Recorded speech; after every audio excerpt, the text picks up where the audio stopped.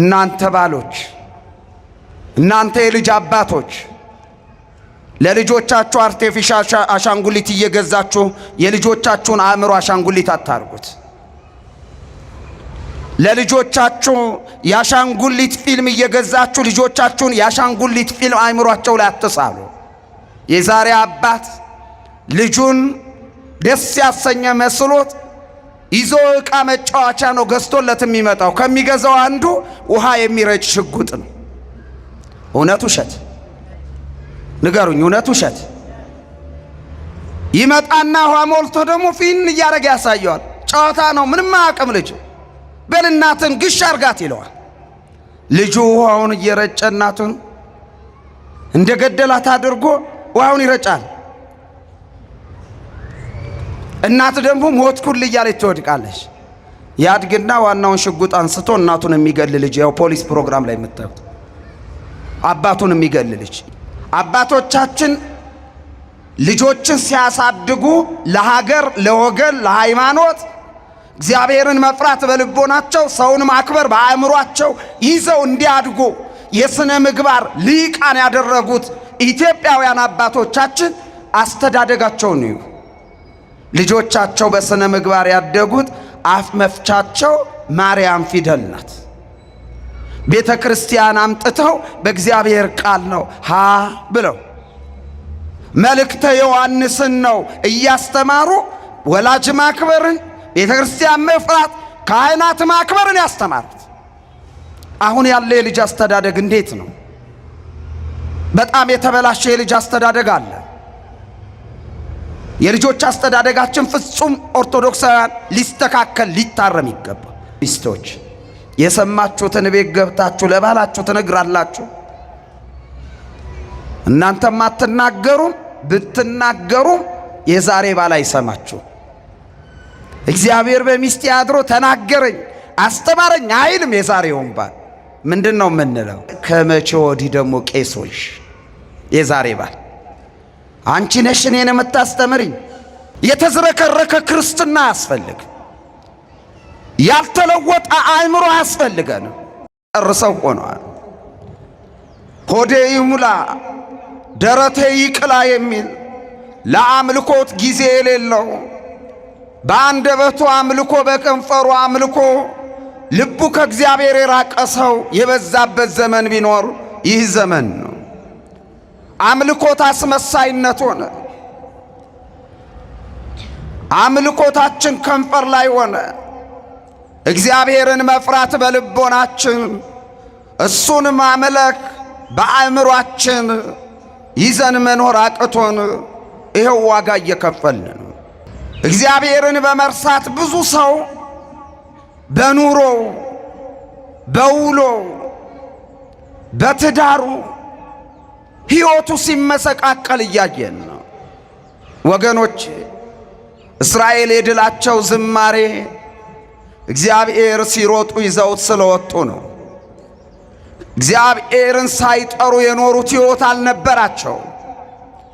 እግዚአብሔርን የረሱ ጊዜ የሚመጣባቸው ጣጣ ይሄ ነው። እኛም የመጣብን ይሄ ነው።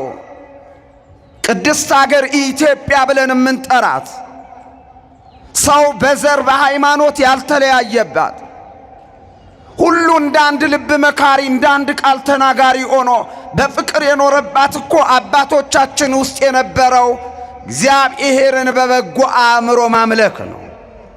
ዛሬ ስለጠፋ ነው። እስራኤል ዘሥጋ የተቀበሉትን መከራ እስራኤል ዘነብስ በክርስቶስ ክርስቲያን የተሰኘነው መከራውን እየተቀበልን ያለነው። ክፉ ሥራ ሲሰሩ እግዚአብሔር አሳልፎ ሰጣቸው ይላል። የሚፈራው እስራኤል ፈሪ ሆነ። የተገረዘው እስራኤል ያልተገረዙት ገደሉት። የሚያስጨንቀው እስራኤል የሚጨነቅ ሆነ እግዚአብሔር ሲርቀው። ዛሬስ እኛስ የሆነብን ይኸው አይደለም? የተጠመቅነው ባልተጠመቁ ነው የምንገደለው። የተጠመቁት ባልተጠመቁት ነው የሚሰደዱት። አለ የማይሉት የአደባባይ ምስጢራችን ስለሆነ ነው። ለምን ይሄ ሆነብን ስንል የራሳችንን ጉድለት አለማየት፣ በፍጹም ልባችን ወደ እግዚአብሔር አለመመለሳችን የሚያሳየን መከራ ነው። እስራኤል በጠላቶቻቸው እጅ 7 ዓመት ተረገጡ። 7 ዓመት ላይ ሲደርሱ ባርነት እጅ አላቸው። ወደ ሰማይ ቀና አሉ። የደጋጋ አባቶቻቸው እግዚአብሔር ኪዳን ያቆመላቸውን አባቶቻቸውን ጠሯቸው። የአብርሃም አምላክ ስለ አብርሃም ብለ ማረን፣ የይስሐቅ አምላክ ስለ ይስሐቅ ብለ ይቅር በለን፣ የያዕቆብ አምላክ ስለ አባታችን ያዕቆብ ብለ ራራልን ብለው አለቀሱ። በድለናል ይቅር በለን፣ ረክሰናል ቀድሰን፣ ወድቀናል አንሳን ብለው አለቀሱ። እናንተ ወደ እኔ ተመለሱ እኔም ወደ እናንተ መለሳለሁ ያለ እግዚአብሔር በአንደበቱ ሐሰትን ይናገር ዘንድ ሰው አይደለምና ሕዝቡ ሲመለሱ በንስሐ እግዚአብሔር ተመለሰላቸው። ለእኛም በምህረቱ ይመለስልን፣ ለሀገራችን በምህረቱ ይመለስላት፣ ለወገኖቻችን እግዚአብሔር በምህረቱ ይመለስላቸው። አያችሁ፣ ሰው ኃጢአቱን አምኖ በደሉን አምኖ ስህተቱን አምኖ ማረን ይቅር በለን ራራልን ብሎ ከተመለሰ የሚመለስ አምላክ እግዚአብሔር ነው። የንስሐ እንባቸውን አለቀሱ። ኃጢአት በደላቸውን እያሰቡ አለቀሱ። የዛሬ ሰው ዓይኑን በእንጨት ቢወጉት እንኳን የንስሐ እንባ አይወጣው። ለንስሐ ጸጸት የተዘጋጀ ብዙ ሰው የለም። ከተጸጸተም የዛሬ ሰው አፉ ላይ ነው። ወገኖች፣ የቤተ ክርስቲያን መከራዋ ይብቃ ካላችሁ ንስሐ እንግባ። የክርስቲያኖች መገደል ይቁም ካልን ንስሐ እንግባ። የቤተ ክርስቲያን ስደት ይቁም ካልን ንስሐ እንግባ። ያለ ንስሐ ድል የለም። ተሸንፎ ዋንጫውን ተበልቶ ጭፈራ የለም። ኃጢአትን እየሰራን ድል ተደርገን ተሸንፈን እኛ አሸናፊነትን መጠበቅ የዋህነት ነው። አሸናፊው እግዚአብሔር ከኛ ጋር ሆኖ እንደ አባቶቻችን የድል አድራጊዎች ዝማሬ ለመዘመር ወደ ድል ለመምጣት ኃይላችንን ማደስ አለብን። ያም በንስሐ መለወጥ ነው። ያ በንስሐ መቀየር ነው። እስራኤል ንስሐ ሲገቡ እግዚአብሔር ጌዲዮንን አስነስቶ ያስጨነቋቸውን ዳግም ማስጨነቅ ጀመሩ። ያሳደዷቸውን ዳግም ያሳድዱ ጀመሩ። እስራኤላውያን ያስለቀሷቸውን አስለቀሱ። ጌዲዮንም አለ ሰልፍ ለእግዚአብሔር ድልም ለእስራኤል ብሎ እስራኤላውያን እግዚአብሔርን ይዘው ወጥተው አሸነፉ። እግዚአብሔርን በረሱ ዘመን የከፈሉትን ዋጋ አስቡት። እግዚአብሔር ጋር በተመለሱ ጊዜ ደግሞ ያገኙትን ድል እዩ። የተዋሕዶ ክብሯ ይመለስ ዘንድ፣ የቤተ ክርስቲያን ሉዓላዊነቷ ይመለስ ዘንድ፣ ቤተ ክርስቲያን ትከበር ዘንድ ማንም አፉን እንዳይጠርግባት እኛነታችን እናስተካከል። እኛ ካልተስተካከልን የበለጠውን መከራ ይመጣል፣ የበለጠውን ስደት ይመጣል። እኛ የሚታየን ወንጀል የሚሰሩትን ነው። የእኛስ ወንጀል ማን ይንገረን? መቼ ነው የእኛ ልብ የሚለወጠው? መቼ ነው ንስሐ የምንገባው? በእኔ የተነሳ ነው ማይበሉ መርከቧን እንዲህ አደረገው ብሎ ዮናስ ራሱን እንዳጋለጠው መጽሐፍ በፍቃዱ ራሱን በእግዚአብሔር ፊት የሚቀድስ ማን ነው እንዳለ ዛሬ ወገኖቼ በፍቃዳችን ንስሐ እንግባ። በፍቃዳችን ንስሐ ካልገባን በፍቃዳችን ስለ ኃጢአታችን ካላለቀስን አጋንንት በገሃነብ ውስጥ ያስለቅሱናል። በፍቃዳችን ወደ እግዚአብሔር ተመልሰን ካላለቀስን የመጨረሻው ዕጣችን ይህ ነው የሚሆነው፣ ለቅሶ። የተሰጠንን ፍቃድ መጠቀም ነው። የሚያስፈልገው ለሀገር ሰላም የኛ መመለስ ነው። ጦርነት የኃጢአት ውጤት ነው። የተከማቸ በደል ነው። ጦርነት በሰው ዘንድ አለ ክፋት ነው። ሰው የዘራውን ያንኑ ያጭዳል ነው። ይኸው እያጨድን ነው። በቃችሁ እንዲለን እንደ እስራኤላውያን እኛም መመለስ። እስራኤል ከዚህ በደል በኋላ ትንሽ ጊዜ ወሰዱና ደሞ መልሰው አለ መጽሐፈ መሳፍንት ምዕራፍ 13 ቁጥር 1 ላይ የእስራኤል ልጆች ዳግመኛ ለሁለተኛ ጊዜ የትላንቱን መከራ ረስተው የትላንቱን በኤሎፍላውያን እጅ የገጠማቸውን ስቃይ ረስተው በእግዚአብሔር ፊት ክፉ ሥራ ሰው በደሉ፣ ደግሞ ኃጢአት ሰሩ። እግዚአብሔር ለፍልስጤማውያን አሳልፎ ሰጣቸው። ወገኖቼ እግዚአብሔርን መርሳት ተላልፎ መሰጠት ነው። መጽሐፍ እንዳለን እግዚአብሔርን እንደ እግዚአብሔርነቱ ስላላመለኩት ለማይገባ አእምሮ አሳልፎ ሰጣቸው ይላል ቅዱስ ጳውሎስ በሮሜ 1 ቁጥር 28። አይዘበትበትም እግዚአብሔር፣ አይቀለድበትም እግዚአብሔር። እግዚአብሔርን ካመለክን ልባችንን ሰጥተን ማምለክ ነው። የተዝረከረከ ክርስትና አያስፈልግ። ያልተለወጠ አእምሮ አያስፈልገንም። የምንሰማው ለመቀየር ነው። የምንሰማው በእግረ ሥጋ መተን በእግረ ልቦና ደግሞ እዚሁ ልንቀር ነው። እግዚአብሔርን በመርሳት እየመጣብን ያለውን መከራ ይወት ወዲያው ፍልስጤማውያን እጅ ወደቁ። ትላንት 7 ዓመት ነበር፣ አሁን ደግሞ 40 ዓመት ረገጧቸው ይላል መጽሐፍ። አሁን ከ40 ዓመት በኋላ አለቀሱ። አሁን በድለናል ይቅር በለን አሉ። ረክሰናል ቀድሰን አሉ። ወድቀናል አንሳን አሉት። የአባቶቻቸውን ኪዳን እያሰበ እንዲመራቸው በቅዱሳኑ ተማጸኑት። እግዚአብሔርም እንባቸውንና ሐዘናቸውን ጸጸታቸውን ተመልክቶ ተመለሰ። በዛ ዘመን ስሙ በመጽሐፈ መሳፍንት ምዕራፍ 13 ቁጥር 1 ላይ ስሙ ማኑሄ የሚባል ሰው ከዳን ወገን የሆነ የጾራ ሰው ነበረ። ይህ ሰው ከባለቤቱ ጋር ሲኖር ልጅ አልነበራቸውም ይላል። ልጅ አልወለዱ።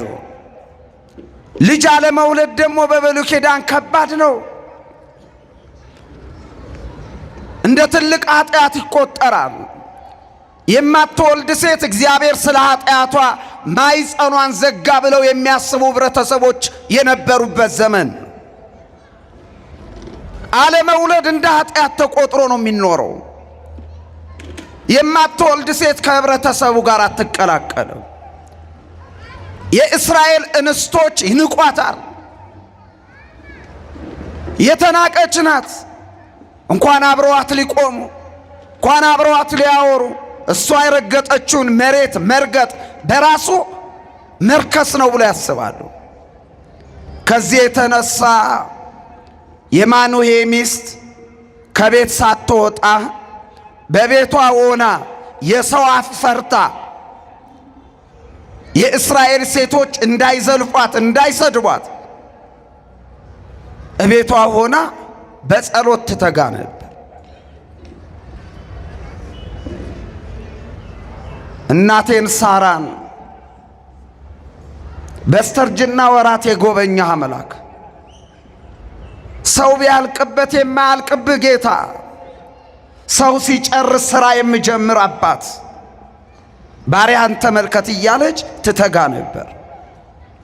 የሚገርማችሁ ኦርቶዶክሳውያን ወገኖች ባልና ሚስቶቹ በጎደላቸው ነገር ላይ ቆመው ያመልካሉ። በጎደላቸው ነገር ላይ ቆመው ያመሰግናሉ። ማን ይሄን ያረጋል? አንተ ታረጋለህ፣ እኔ አረጋለሁ፣ አንቺ ታረጋለሽ። ማን ነው ችግሩ ላይ ቆሞ ተመስገን የሚለው?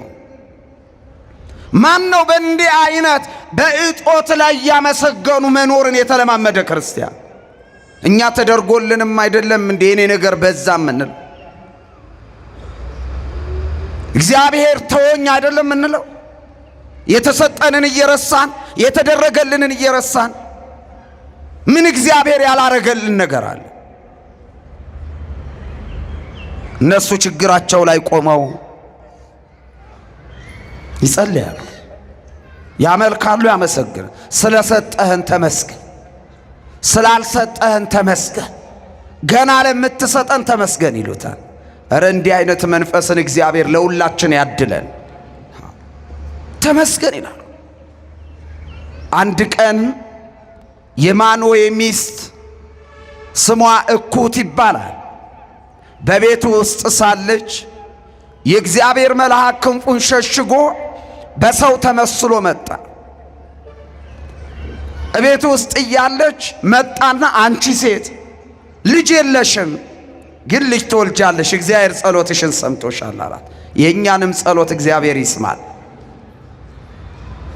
የምትወልጂው ልጅ ለእግዚአብሔር የተለየ ነውና የሚያሰክር መጠጥ እንዳትጠጭ፣ የሚያረክስ መብል እንዳትበይ፣ ደግሞም የእግዚአብሔር ኃይል በልጁ ራስ ላይ ነውና ጸጉሩ ላይ ስለት እንዳታኖሪ አላት። እንዳትላጨው አላት። ጸጉሩ እንዳይላጭ አላት። ይህን ብሏት የእግዚአብሔር መልአክ ተሰወረ። ባሏ ማኑሄ እርሻ ላይ ውሎ ከእርሻ ሲመጣ እሷ ቤት ውስጥ ነበረችና እንደመጣ ለባለቤቷ የእግዚአብሔር መልአክ የነገራትን ነገረችው። ምን ብላ? መልኩ የእግዚአብሔር መልአክ የሚመስል አንድ ሰው መጣ። ልጅ የለሽም፣ ግን ልጅ ትወልጃለሽ፣ እግዚአብሔር ጸሎትሽን ሰምቶሻል አለኝ። የምትወልጂው ልጅ ደግሞ ለእግዚአብሔር የተለየ ናዝራዊ ነው። ጸጉሩ እንዳትላጪ፣ የሚያሰክር መጠጥ እንዳትጠጪ፣ የሚያረክስ መብል እንዳትበይ ብሎኝ ሄደ አለች። ትገርማለች። የሰማችውን ቃለ እግዚአብሔር ለባሏ የመሰከረች ሴት ናት። ዛሬ ያላችሁ ስተስ ሚስቶች የሰማችሁትን ቤት ገብታችሁ ለባላችሁ ትነግራላችሁ? እናንተም አትናገሩም። ብትናገሩም የዛሬ ባል አይሰማችሁ። እግዚአብሔር በሚስቴ አድሮ ተናገረኝ አስተማረኝ አይልም። የዛሬውን ባል ምንድን ነው የምንለው? እናንተ ከመቼ ወዲህ ደግሞ ቄሶች? የዛሬ ባል አንቺ ነሽ እኔን የምታስተምሪኝ አይደለም? እኔ እኮ ዲያቆን ነበርኩ ይላል። የትዝታ ዘፈን ይጀምራል። እግዚአብሔር በሚስቴ ነገረኝ አይል። ሳንግባባ ተጋብተን ነው ግራ እየተጋባን ያለ ነው። ትዳር መከባበር ነው። ትዳር መሰማማት ነው። ትዳር አንተ ትበልጥ አንቺ ትብሽ ነው። በትዳራዊ ሕይወታችን ውስጥ ብዙ የጎደለ መንፈሳዊ ሐሳብ አለ። ለዚህ ነው ትዳር ሁሉ እርካታውን ትቶ መፋታትን እንደ ምርጫ አድርጎ ይሄው ወንጌል በሚሰበክባት ኢትዮጵያ 36% ትዳር ፍቺ ላይ ነው ያለው። እግዚአብሔር ደግሞ ምን ይላል? መፋታትን እጠላለሁ ይላል። ባካችሁ እንከባበር። ሚስት በጎ ነገር ካመጣች ከምታሽሟጥጣት የሚስትን ሐሳብ ባትቀበለው እንኳን ዝም በል። የሰማችውን ነገረችው፣ የተሰበከችውን ነገረችው። ማኑሄም ሚስቱ ስትናገር ሰማት። ሰምቷት ምን አላት ይሆን? እንደ ዛሬዎቹ ባሎች እንደኔና እንደናንተ ሚስቱን አሽሟጠጣት? አንቺ ነሽ ወይ እኔን የምትነግሪኝ አላት እንዴ? አላላት። ምንድን ነው ያላት? ምንድን ነው የተናገራት? ከሷ አድሮ የተነገራት ያየችውን ሰማና ማኑሄ ተንበረከከ፣ ወደ ሰማይ ቀና ብሎ ለመነ ይላል መጽሐፍ ቅዱስ። ምን ብሎ? ለባለቤቴ የገለጥከውን ይህን መንፈሳዊ ምስጢር እባክህ ለእኔም ግለጥ አለው። ይሄ የሚገባ ጸሎት ነዋ። ይሄ መንፈሳዊ ጸሎት ነው። ይሄ መንፈሳዊ ቅናት የተመላበት ጸሎት ነው። በባለቤቴ አድረ የነገርከኝ አምላክ፣ በአካሌ ላይ አድረ የመከርከኝ አምላክ፣ ለሷ የገለጥከው ለኔ ግለጠዋል። ይህን ካለ በኋላ ማኑሄ ወደ እርሻው ሲሄድ እንደ ድሮ ሚስቱን ትቷት ሊሄድ አልወደደም። ከቤት ይዟት ሚስቱን እርሻ ላይ ይዟት ሄደ። እሷ ከእርሻው ዳር ቁጭ አለች። አረም እያረመች ፀሐዩ ሲበረታባት ቁጭ አለች። እሱ ደግሞ እርሻ መሃል ሆኖ ያርስ ነበር። ያ አቤቷ የመጣው የእግዚአብሔር መልአክ አሁንም ድጋሚ እንደዛው በሰው ተመስሎ መጣና ፊቷ ቆመ። እርሻው ዳር ሳለች መጥቶ ቆመ። ቀና ብላ ስታየው ልጅ ትወልጃለች፣ ጸሎትሽ ተሰምቷል፣ የሚያሰክር መጠጥ አትጠጪ፣ የሚያረክስ መብል አትበይ፣ ለእግዚአብሔር የተለየ ናዝራዊ ነው ብሎ ነገራትን። ያ የእግዚአብሔር መልአክ የሚመስለው ሰው መጥቶ እንደቆመ ስታይ ሳታነጋግረው ወደ እርሻው መሃል ሮጠች። ባሏ ጋር ሄደች። የባሏን እጅ ያዘች። ማኑሄን ትጎትተው ጀመርኩት። ምን ብላ? ያ ቀድሞ ልጅ ትወልጃለሽ አለኝ፣ መልኩ የእግዚአብሔር መልአክ የሚመስለውን አግኝቸዋለሁና ና ወደሱ እያለች ባሏን እየጎተተች ወደ መልአኩ አመጣቸው። ወገኖች እኛ የት ነው የምንጓተተው? ሚስት ባልሽን የምትጎትችው የት ነው? ባል ሚስትህን የምትጎትተው የት ነው? ኦርቶዶክሳውያን የት ነው እኛ የምንጓተተው? ባል ሚስቱን ለማስደሰት የሚጎትታት ቦታ ረብ ጥቅም የሌለው ስፍራ ነው። ለዓይን አምሮት ለስጋ እርካታ ብቻ የሆነ ስፍራ ነው የሚጎትተው። ሚስትም የምትጎትችው ባልሽን የማይጠቅም የማይረባ ቦታ ነው። የዛሬ ሚስት ባሏን እንደ ማኑሄ ሚስት እንደ እኩት ጎትታ ወደ ቤተ ክርስቲያን ጎትታ ወደ እግዚአብሔር አታመጣ። ላምጣም ብትል የሚጎተት ባል የለም። እውነቱን ስንነጋገር የት ነው የምንጓተተው? ወጣቶች ልጃገረድ እህቶቻችን የት ነው የምትጓተቱት? መዝናኛውን ያጨናነቅ ነው። እኛ ኦርቶዶክሳውያን አይደለንም። ጭፈራ ቤቱን ያጨናነቅ ነው የምንጓተተው ወደ የጭፈራ ቤት። እኛ ኦርቶዶክሳውያን አይደለም። የድራፍት መጠጫ መጠጥ ቤቱ አዳራሹን የሞላ ነው። እኛ ኦርቶዶክሳውያን አይደለም። ከስካራችን በኋላ ደግሞ በንጋታው ፍርድ ቤቱን የሞላ ነው። እኛ ኦርቶዶክሳውያን አይደለንም ወይ? እስከ መቼ ነው በእንዲህ አይነት ታሪክ የምንኖረው? እስከ መቼ ነው እግዚአብሔርንና ቤተ ክርስቲያንን በመናፍቃንና በአሕዛብ እንዳሰደብን የምንኖረው? የእግዚአብሔር ቃል የምንሰማው እኮ ወደ ተሻለ አእምሮ ለመመለስ ነው። ከድካም ለመበርታት፣ ከርኩሰት ለመቀደስ፣ ከውድቀት ለመነሳት ነው። ይሄን አስበን ነው የመጣ ነው። ለዚህ ተዘጋጅተናል ወይ? ባለፈው ወር ላይ እንደው እንደ አንድ ክርስቲያን ሳይሆን እንደ አንድ ኢትዮጵያዊ እፍር ያረገኝን በወገኖቼ ልንገራችሁ። አውሮፓ ውስጥ አለ ኳስ የሚታይ ኳስ እና በዚህ ኳስ ላይ በጣም የሚገርማችሁን ነገር ነው። አያውቁንም እኮ እንኳን እኛ የምንደግፋቸው ሀገራችንን አያውቋት። ይሄው አጠገባችን ያለች ግብፅ እንኳን ኢትዮጵያና ግብፅ ሊጫወቱ አንድ ታዋቂ እንግሊዝ ውስጥ የሚጫወት ኳስ ተጫዋቻቸው ኢንተርቪው ተደረገ ስለ ግጥሚያው። ዛሬ ኢትዮጵያን ነው የምትገጥሙት ብሎ ነው ጋዜጠኛው የሚጠይቀው። መሐመድ ሳላ የሚባለው ምን አለ? ታውቃቸዋለህ ወይ ሲል አንድ 3 ቀን ሆኖኛል አለ። በአባይ እኮ ውሃ እኮ በቆሎ ያደገ ሰው እኮ ነው። እንደው እኛም ባያቀን ያሳደገው አባይን ያውቀዋል እኮ። እንኳን ተሻግረን አውሮፓ እዚህ ያለው ግብፅ እንኳን አያቀን። በማያገባ የምትበላው ዳቦ አተ ቲሸርት ለብሰ ከተማ ስታስጨንቅ ጭፈራ ላይ ያለው አንተ ኦርቶዶክሳዊ ነህ። ነውር ነው ይሄ። አለ የማይሉት የአደባባይ ምስጢር ነውራችን ነው። ክብራቸው ነውራቸው ነው የተባለው ቃል በእኛ አይሁን ባካችሁ። አሁን ኳስ ማየትም ኃጢአት አይደለም፣ አለማየትም ጽድቅ አይደለም። ኳስ አትዩ እያልኳችሁ አይደለም። ራስን መግዛት ይኖር። የምንጓተትበትን ቦታ እንወቀው። እስቲ አሁን ድራፍት የሚሸጥባቸውን ግሮሰሪዎች ይዋቸው። ይሄ ጉባኤ እኮ ባዶ ነው። መንደር ያለውን ስናይ፣ መሸታ ቤት ያለውን ስናይ ባዶ ነው።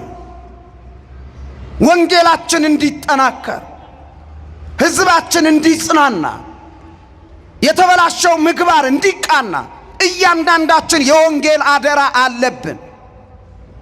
ጎረቤታችሁን ጎትቱ ወደ ቤተ ክርስቲያን። ባል ሚስቱን፣ ሚስት ባሏን ትጎትት። ጓደኛሞች በየካፌው እንደምንጓተተው ነፍስን ወደሚያሳርፈው እግዚአብሔር እንጓተት። ከኛ የሚጠበቀው ይሄ ነው። እኩት ታስፈልጋለች። ዛሬ ወደ መልአኩ ወደ ቅዱስ ገብርኤል፣ ወደ ቅዱስ ሚካኤል፣ ወደ ቅዱስ ሩፋኤል የምትጎትት እኩት ቤተ ክርስቲያን ትፈልጋለች።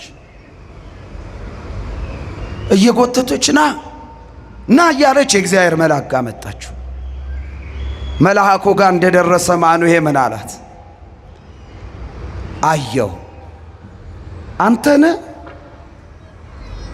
ሚስቴን ልጅ ትወልጃለሽ ያልካት አንተነ አለው።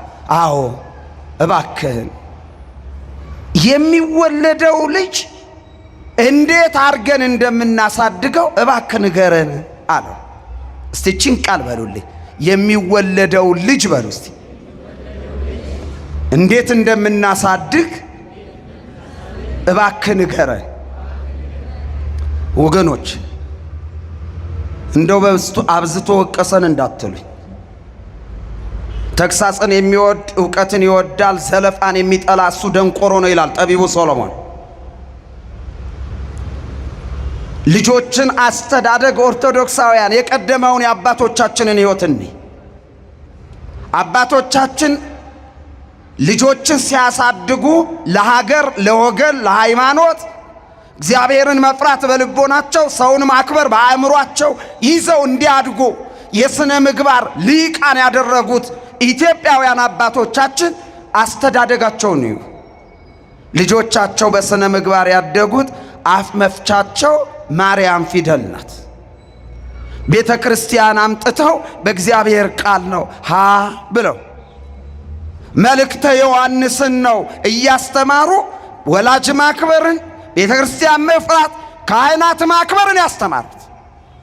አሁን ያለ የልጅ አስተዳደግ እንዴት ነው? በጣም የተበላሸ የልጅ አስተዳደግ አለ። የልጆች አስተዳደጋችን ፍጹም ኦርቶዶክሳውያን ሊስተካከል ሊታረም ይገባል። ማኑሄ ይሄን ልጅ እንዴት እንደምናሳድገው እባክህ ንገረን አለ። ምን እነግርሃለሁ? ለሚስት ነግሬያታለሁ። የሚያሰክር መጠጥ፣ የሚያረክስ መብል እንዳትበላ እንዳትጠጣ፣ ጸጉሩን እንዳትላጨው፣ የእግዚአብሔር ኃይል በጸጉሩ ላይ ነው አለ። ለማኑሄ ነገረው። እናንተ ባሎች፣ እናንተ የልጅ አባቶች ለልጆቻችሁ አርቴፊሻል አሻንጉሊት እየገዛችሁ የልጆቻችሁን አእምሮ አሻንጉሊት አታርጉት። ለልጆቻችሁ የአሻንጉሊት ፊልም እየገዛችሁ ልጆቻችሁን የአሻንጉሊት ፊልም አእምሯቸው ላይ አትሳሉ። የዛሬ አባት ልጁን ደስ ያሰኘ መስሎት ይዞ ዕቃ መጫወቻ ነው ገዝቶለት የሚመጣው። ከሚገዛው አንዱ ውሃ የሚረጭ ሽጉጥ ነው። እውነት ውሸት? ንገሩኝ፣ እውነት ውሸት? ይመጣና ውሃ ሞልቶ ደግሞ ፊን እያደረገ ያሳየዋል። ጨዋታ ነው፣ ምንም አያውቅም ልጁ። በል እናትን ግሽ አርጋት ይለዋል። ልጁ ውሃውን እየረጨ እናቱን እንደገደላት አድርጎ ውሃውን ይረጫል። እናት ደግሞ ሞትኩል እያለች ትወድቃለች። ያድግና ዋናውን ሽጉጥ አንስቶ እናቱን የሚገል ልጅ፣ ያው ፖሊስ ፕሮግራም ላይ የምታዩት አባቱን የሚገል ልጅ የምን ውጤት ነው? የልጅ አስተዳደጋችን ፍጹም የተበላሸ ነው። ኬጂ ለማስገባት የምትጨነቁትን ቄስ ትምህርት ቤት አምጥታችሁ በስነ ምግባር እንዲማሩ አታረጉ። ሰንበት ትምህርት ቤት ገብተው ልጆቻችሁ በቃለ እግዚአብሔር በጥበብ በሞገስ በመንፈስ እንዲያድጉ አታደርጉም። ወላጆች ገና ለ2019 አሁን አይደለ እንደ ምዝገባ ጭንቀት ውስጥ ያላችሁ ልጆች አይማሩ እያልኳችሁ አይደለም። ዕውቀቱ ኖሯቸው ምግባር ከሌላቸው ምን ይጠቅማሉ? ምን ይሰራሉ? ይሄን ነፍሰ ገዳይ ትውልድ እኮ ያፈራ ነው እኛ ነን። ይሄን እኮ ጨካኝ ትውልድ ወገኑን የሚያርድ ትውልድ ያፈራ ነው እኛ ነን። የልጅ አስተዳደጋችን የምግባር ብልሹነት በዝቷል። በዚህ የምግባር ብልሹነት የመጣውን ስተት ይዩት። እየተፈጸመ ያለውን ጥፋት ይዩት ወገኖች። ምንድነው የኔ ሕይወት ውስጥ ምንድነው የኔ የልጅ አስተዳደግ ውስጥ ያለው ችግር ብላችሁ ይሄንን በደንብ አድርጋችሁ መመርመር ያስፈልጋል። እያንዳንዱን ወንጌል ሲነገር ከራሳችን ሕይወት ጋር ማነጻጸር ነው። እንዲህ ነው የምታሳድገው አለው። ሁለተኛ ጥያቄ ማኑኤል ለመልአኩ ጠየቀው። ምን ብሎት? እባክህን የፍየሉን ጠቦት እስክናቀርብልህ ከኛ ጋር ቆይ አለው። የዚህ ዘመን ኦርቶዶክሳውያን ቅዱስ ሚካኤልን ከኛ ጋር ቆይ በሉት። ቅዱስ ገብርኤልን ከኛ ጋር ቆይ በሉት። ቅዱስ ሩፋኤልን ከኛ ጋር ቆይ በሉት። ምን አገባቸው መላእክት ምን ያደርጋሉ የሚል ትውልድ ስላለ ከኛ ጋር ቆይ፣ እመቤታችንን ከኛ ጋር ቆይ በሏት። ቆይ አሉት። ምን አለ? አንተ እንኳን አለኝ መልአኩ፣ አንተ እንኳን ግድ ብትለኝ የምታመጣውን የፍየል ጠቦት አልበላም። ይህንን ለእግዚአብሔር መስዋዕት አድርገ አቅርበው አለው። መላእክት አያገቡም፣ አይጋቡም፣ አይበሉም፣ አይጠጡ። ለእግዚአብሔር መስዋዕት አድርግ አለው። ማኑሄ ደግሞ ጠየቀው። ምን አለው? የነገርከን ነገር በደረሰ ጊዜ እንድናከብርህ ያንተ ስም ማን ነው? ርዕሳችን ይሄ ነው። ነገር በደረሰ ጊዜ ባለቤቴ ልጅ ትወልጃለሽ ብለሃታል። በመካንነት ለብዙ ዓመት የተሰቃየች ናት፣ የተሰደበች ናት፣ የተሸማቀቀች ናት።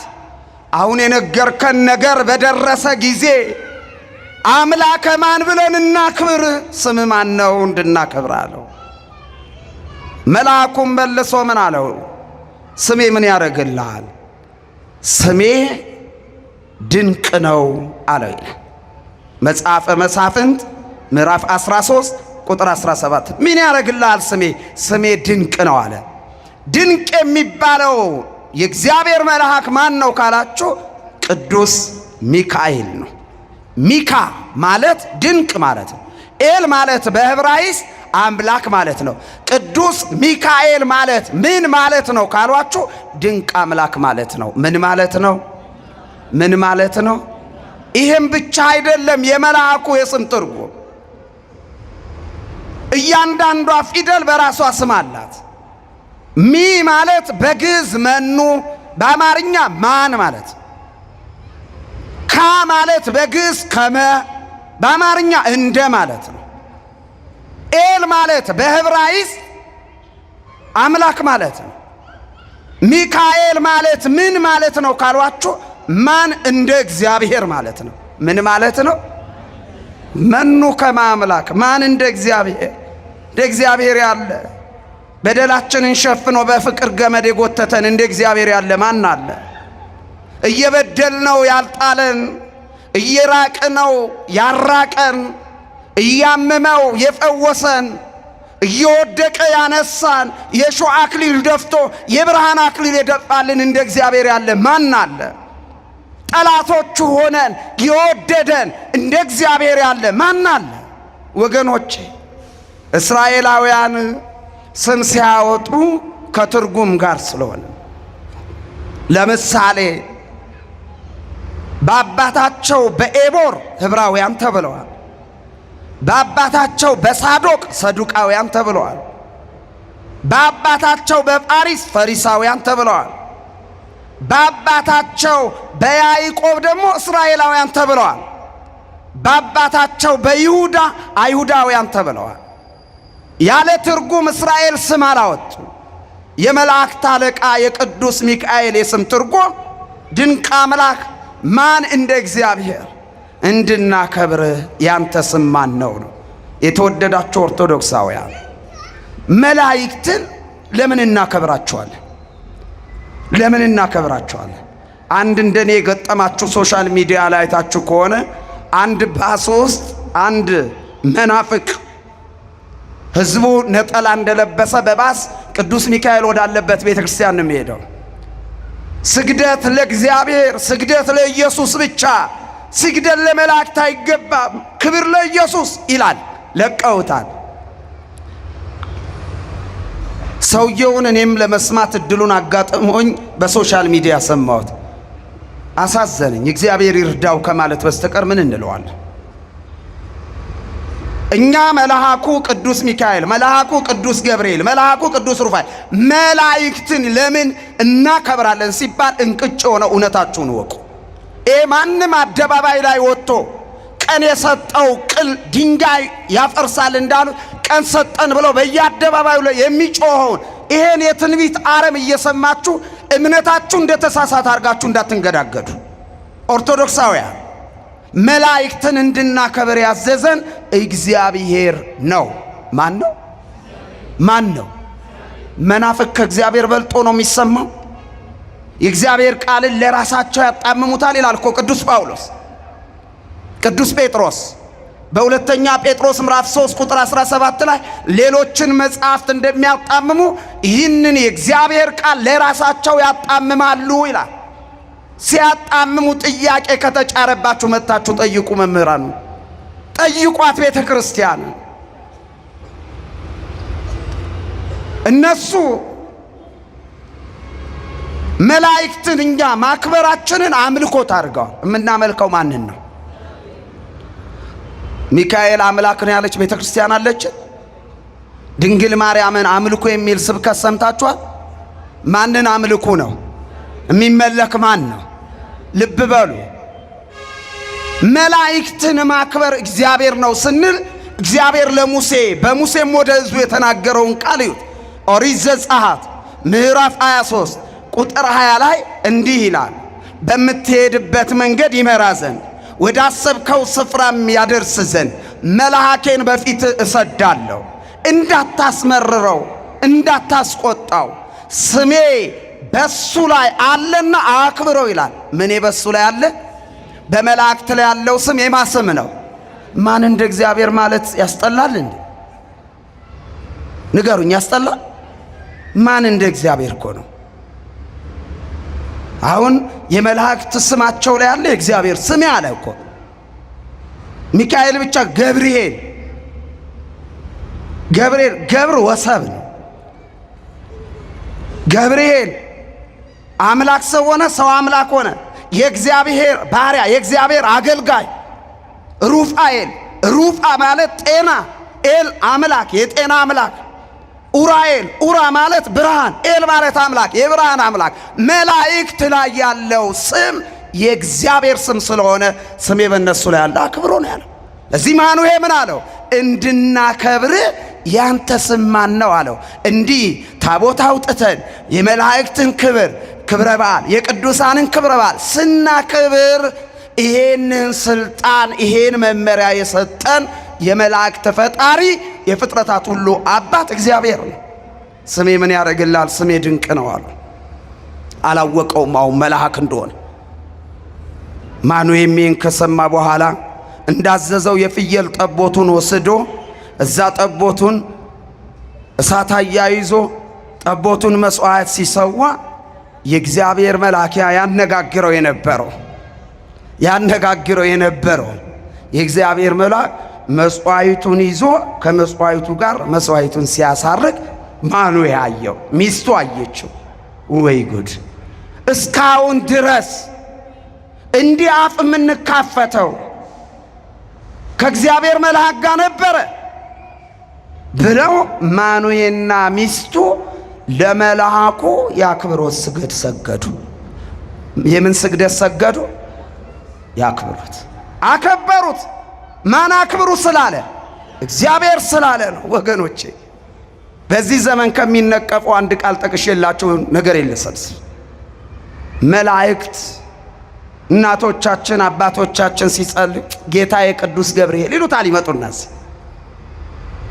ጌታዬ ቅዱስ ሚካኤል ይላሉ። ይሄን የሰማ መናፍቅ ደግሞ ምን ይላል? እንዴት ጌታዬ ትላላችሁ? ማን ነው ጌታ? ሚካኤል እንዴት ጌታ ትሉታላችሁ? ገብርኤል እንዴት ጌታ ትሉታላችሁ ብሎ ይከራከሯቸዋል። ጌታ እኮ ኢየሱስ ነው ይሏቸዋል። አያችሁ ውድቀትና ስተት። የባህሪና የጸጋ ጌትነት እንኳን ለይተው አያውቁ። ሚካኤል ጌታዬ፣ ገብርኤል ጌታዬ ብንል ምንድናቸው እነሱ? የጸጋ ጌትነት ነው። ይህን ጌትነት እግዚአብሔር ነው የሰጣቸው። ኢየሱስ ጌታ ሲባል ግን ምኑ ነው? ለሱ ጌትነት የባህሪው ነው። የባህሪው ነው። ለምሳሌ አንድ የእግዚአብሔር ነቢይን እናንሳው። የእግዚአብሔር መንፈስ ልኮናል ለትውልዱ ወንጌል ልንሰብክ። ኢየሱስ ጌታ ነው የሚሉት መናፍቃን ስተትና ውድቀት የሚያሳየው ኢያሱ የነዌ ልጅ በመጽሐፈ ኢያሱ ምዕራፍ 5 ቁጥር 13-15 ተመልከቱ።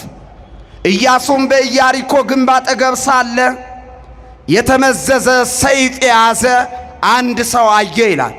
ይህ የእግዚአብሔር መልአክ ነው። በሰው ተመስሎ ለኢያሱ ተገለጠ። ኢያሱም እንዲህ አለው፣ የተመዘዘ ሰይፍ የያዘውን አይቶ አንተ ከኛ ወገን ወይስ ከጠላት ወገን ነህ አለው። ያም የተመዘዘ ሰይፍ የያዘው የእግዚአብሔር መልአክ እንዲህ አለው ለኢያሱ፣ ካንተም ወገን አይደለም ከጠላትም ወገን አይደለም፣ የእግዚአብሔር የሰራዊት አለቃ ሆኜ አሁን ተልኬ መጣሁ አለ። የምን አለቃ? እችን መልሱል። የምን አለቃ? የእግዚአብሔር የሰራዊት አለቃ። የእግዚአብሔር ሰራዊት ማን ናቸው? አይሰማ። ጮክ። አሁንም ጮክ። አሁን ይሄን የጠየኳችሁ ደጋግሜ ለምን እንደሆነ ታውቃላችሁ? የእግዚአብሔር ቃል በሙላት የሌለባቸው መናፍቃን እንዴት አድርገው ኦርቶዶክሳውያን ከበረት ቤተክርስቲያን እንደምን የሰማይ ሰራዊትና የእግዚአብሔር ሰራዊት ይለያያል። እሺ ኦርቶዶክሳውያን የእግዚአብሔር ሰራዊት ማን ናቸው አለን?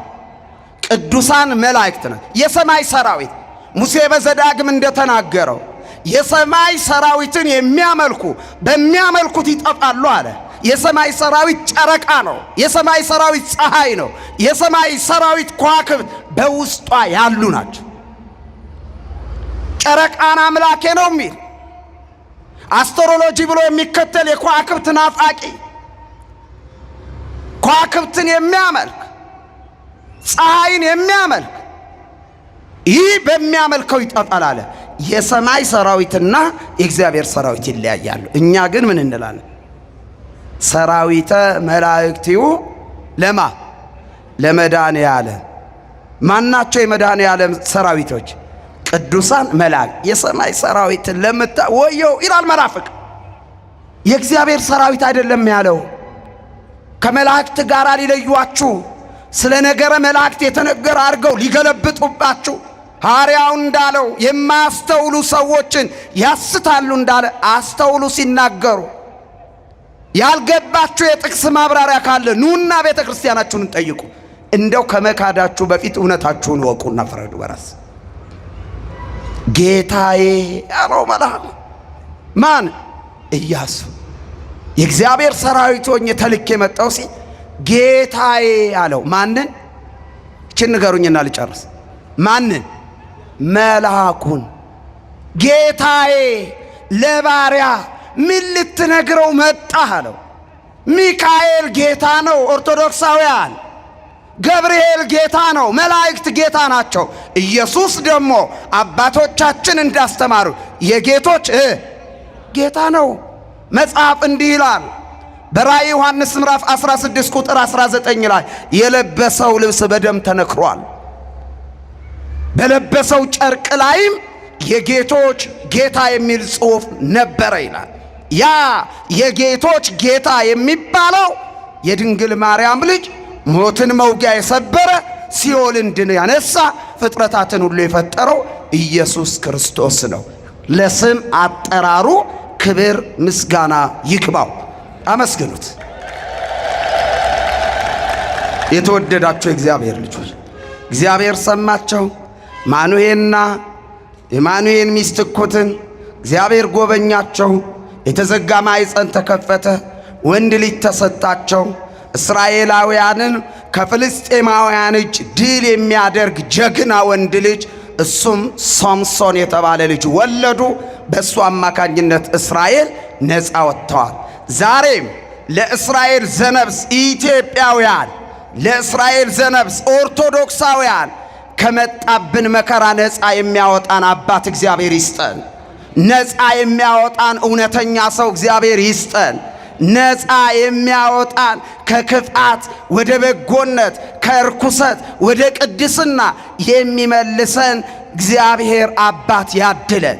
የእግዚአብሔር ቸርነት፣ የእመቤታችን አማላጅነት፣ የቅዱሳን መላእክት ጥበቃቸው ከሁላችን አይለየን ለዘላለሙ አሜን።